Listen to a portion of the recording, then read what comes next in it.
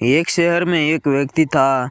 वह हमेशा दुखी रहा करता था क्योंकि उसकी समस्या कभी ख़त्म नहीं होती थी। इसलिए धीरे धीरे उसे ऐसा लगने लगा कि उससे दुखी व्यक्ति संसार में कोई और नहीं है। उसकी बातें तक कोई सुनना नहीं चाहता था क्योंकि हमेशा वो नकारात्मक बातें ही किया करता था।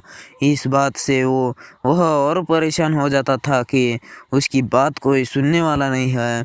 एक दिन उसे पता चला कि शहर में कोई महात्मा आने वाले हैं जिनके पास सभी समस्याओं का समाधान है। यह जानकर वो महात्मा के पास पहुंचा। उस महात्मा के साथ हमेशा एक काफिला चला रहता था जिसमें कई ऊंट भी थे। महात्मा के पास पहुंचकर उस व्यक्ति ने कहा, गुरुजी, सुना है कि आप सभी समस्याओं का समाधान करते हैं। मैं बहुत दुखी व्यक्ति हूँ। मेरे इर्द गिर्द हमेशा बहुत सारी समस्या रहती है। एक को सुलझाओ तो दूसरी पैदा होती है। मैं अपने आप बीती किसी को सुनता हूँ तो कोई सुनाना नहीं है। दुनिया बड़ी मतलबी हो गई है। अब आप ही बताइए क्या करूं। महात्मा ने उसकी बातों में ध्यान से सुनी और कहा, भाई, मैंने तो बहुत थक गया हूँ, परंतु कल सुबह मैं तुम्हारी समस्या का समाधान अवश्य करूंगा। इस बीच तुम मेरा एक काम कर दो। मेरे ऊँटों की देखभाल करने वाला एक आदमी बीमार है। आज रात तुम उनकी देखभाल कर दो। जब सभी ऊँट बैठे जाए तब तुम सो जाना। मैं तुमसे कल सुबह बात करूंगा। अगले दिन महात्मा ने उस आदमी को बुलाया जिसकी आंखें लाल थी। महात्मा ने पूछा, तो बताओ कल रात कैसी नींद आई? व्यक्ति बोला, गुरुजी, मैं तो रात भर सोया नहीं हूँ।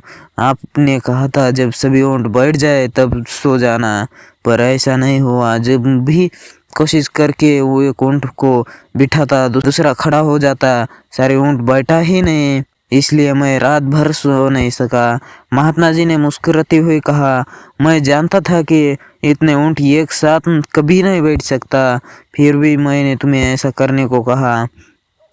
यह सुनकर व्यक्ति क्रोधित होकर बोला, महात्मा जी, मैं आपसे हल मांगने आया था पर आपने भी मुझे परेशान कर दिया।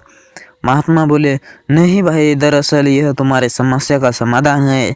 संसार के किसी भी व्यक्ति की समस्या इन ऊँटों की तरह है कि एक खत्म होगी तो दूसरी खड़ी हो जाएगी। आज सभी समस्याओं के खत्म होने का इंतजार करोगे तो कभी भी चैन से नींद नहीं सो पाओगे। समस्या तो जीवन का ही अंग है। इसे महसूस करते हुए जीवन का आनंद लो। जीवन में सहज रहने का यही एक उपाय है। दुनिया की किसी भी व्यक्ति को तुम्हारी समस्या सुनाने में कोई दिलचस्पी नहीं है क्योंकि उनकी भी अपनी समस्या है। महात्मा जी की यह बात सुनकर व्यक्ति के चेहरे पर संतोष और सहजता के भाव उमड़ गए, मानो उसे अपनी सभी समस्याओं से निपटने का अचूक मंत्र प्राप्त हो गया हो।